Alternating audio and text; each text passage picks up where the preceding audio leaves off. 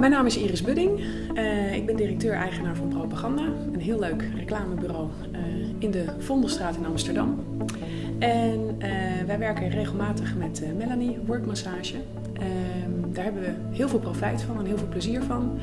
Los van een beetje ontspanning geeft het iedereen eigenlijk even het relaxmoment in een hele hectische omgeving. Om even tot rust te komen en ook te werken aan de gezondheid. Dat leverde mij als baas natuurlijk veel voordeel op. In de zin dat ik gelukkige werknemers heb. Ze zich altijd enorm verheugen op wanneer Melanie langskomt of een van haar collega's. En dat ze even stiekem kunnen ontvluchten van de hele drukke telefoontjes en mailtjes. We kennen Melanie van ons vorige bureau waar we met een aantal collega's hebben gewerkt. Daar waren we al ontzettend blij met workmassage en we hebben haar stiekem meegenomen naar ons nieuwe